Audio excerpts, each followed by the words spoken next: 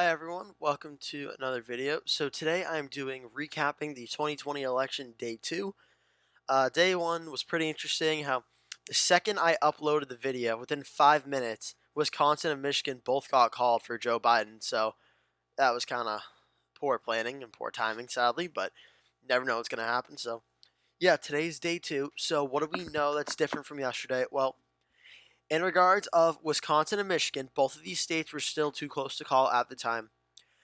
New York Times and a bunch of other networks have now called Wisconsin and Michigan have flipped from 2016, going from President Trump's column to Joe Biden's column. First, we'll do Wisconsin, 49.4 to 48.8, very close, only about 0.6% margin, with 98% of the vote in or so. So what happened? Well, all the votes from Milwaukee and came in, all the votes from Madison came in, and then these two big population centers pretty much made up the margin, the lead that President Trump had on election night. These two cities pretty much made up the entire margin in Wisconsin.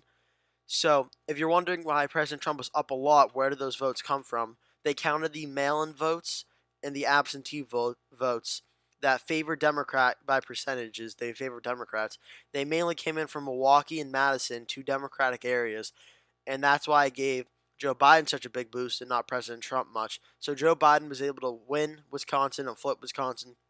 President Trump said his campaign is issuing a recount in Wisconsin, and I believe that doesn't start for another 2 weeks or so, but they will be doing a recount in Wisconsin, as they have the right to do.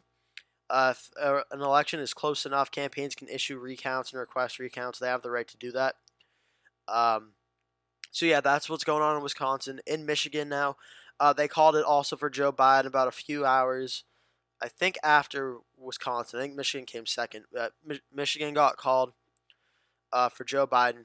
Joe Biden got 50.6% of the vote. President Trump has 47.8. The reason Michigan came in was overnight. There's been a lot of controversy over the 1.5 million or so votes came in for Joe Biden, and not a single vote came in for President Trump. So a lot of people are claiming voter fraud, and how is that even possible? And I mean, to be completely honest, I don't really know how that's possible either, but I don't have all the information. I don't know what's going on. Maybe it is voter fraud, maybe it's not. I'm just taking the wait and see approach, and I'm going day by day, seeing what votes come in and seeing what the map is like. If they find voter fraud, they'll tell us, but until they do, I don't really know what to say. I don't really have too much of an opinion. I'm just going over the map and counting the votes for you guys. So the state of Michigan, what happened? Similar to Wisconsin, where Madison came in. Detroit was at about 70% or so on election night. Now Detroit 98% in, and pretty much all came in for Joe Biden. Interestingly enough, though, 68-30. President Trump is doing better in Detroit than he did last time around. In fact, Joe Biden has more votes than Barack Obama nationwide as well, but President Trump has exceeded his voting margins by vote and percentage than he did last time. So President Trump did do better than 2016 by vote totals and by percentage in Wisconsin, Michigan, and Pennsylvania at this time. However, Joe Biden did better, and there's less third party votes, so Biden was able to win Wisconsin and Michigan. So Detroit came in for Joe Biden, and Arbor came in for Joe Biden. So that's why Detroit flipped from Joe Biden's column to President Trump. Was most of the Republican counties were pretty much in. Those were all the on election day votes that came in, and then the mail-in ballots, the absentee ballots, which favored Democrats, as we've seen throughout this election. Democrats voted in the mail more than Republicans did. Those votes came in for Joe Biden out of Detroit, Ann Arbor, and Grand Rapids, Flint. These are Democratic areas. Interestingly enough, President Trump did do a rally in Grand Rapids. That was his last rally he did, so it actually flipped to Joe Biden, which is interesting. But yeah, so Joe Biden was able to get votes from Detroit and flip Michigan. President Trump and his campaign are filing a lawsuit in Michigan, so it's interesting to keep an eye on there. But until anything happens or any evidence was presented, it's looking like right now that Wisconsin and Michigan will both go for Joe Biden unless something drastically changes. So those are the two states that got called yesterday, Wisconsin and Michigan. That puts Biden up to 253. Trump's at 214. So now we still have some remaining toss-up states. Nevada and Arizona, we still don't know too much. They haven't really updated in a while. What has happened is just a few more percentages have come in Arizona, and this race has gotten closer. Maricopa County especially, Biden was up about 52-45 on election night. Now it's 51.4, 47.2. It has gotten closer. Biden's lead has gotten narrower. The Trump campaign is making a case that there's enough votes out for President Trump to flip and retake Arizona from Joe Biden's grasp. The Biden campaign is saying the race will get closer, but they believe they have enough votes to win. So Arizona is interesting to keep an eye on. I will say this. So if President Trump wants to win Arizona, he needs to flip Maricopa County. Now we move on to Nevada.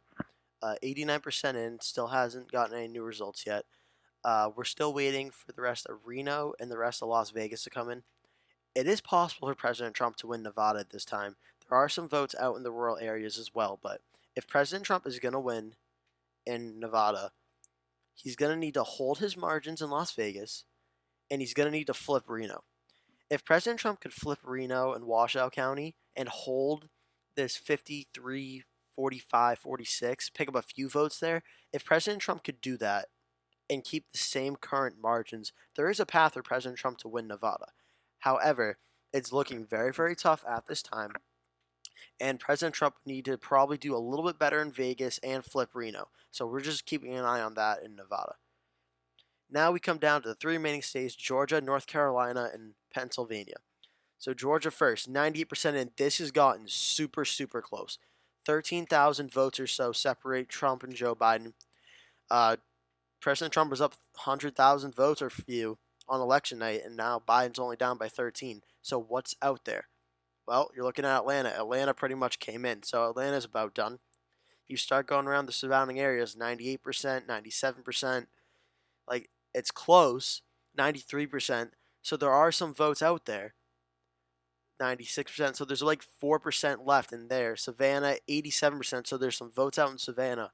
So you're looking for President Trump. What's out there for him? Not much. Everything's in like the high 90s.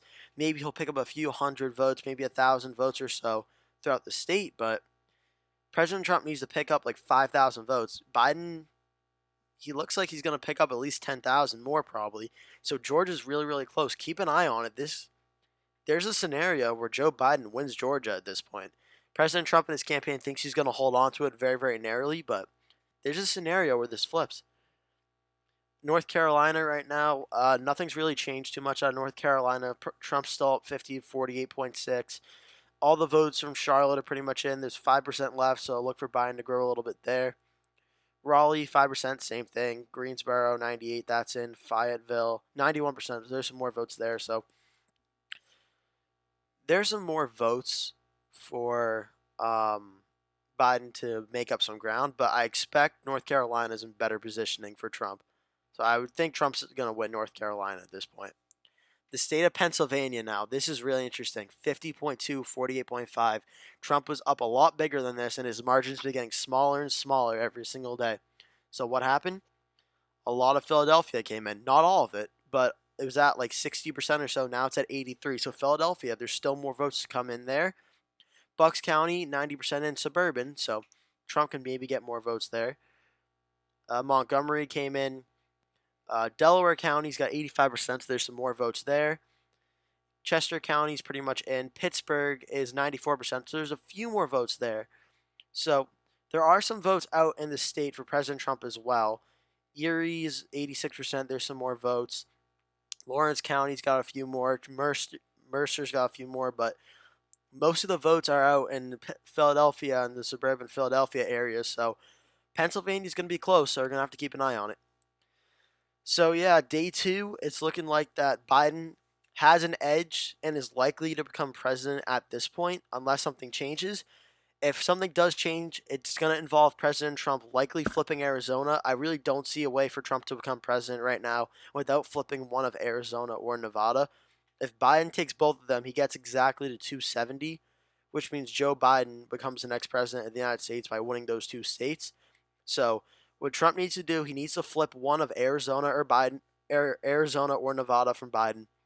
He also needs to hold Georgia, which is very close, hold North Carolina, which is close, but I think he will, and hold Pennsylvania, which is very, very close, and Biden's eking up every day.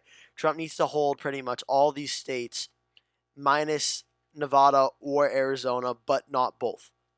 So for President Trump, can President Trump still win? Yes. Is it very difficult? Yes. Is it likely? I don't know about that. I'm not going to get into that, but it's very, very close right now. Anything can happen, but now we're just sitting back. We're watching the votes come in and just seeing what happens. So that's going to do it for today's video, guys. Thank you so much for watching. Please remember to like and subscribe, and I'll see you in the next video.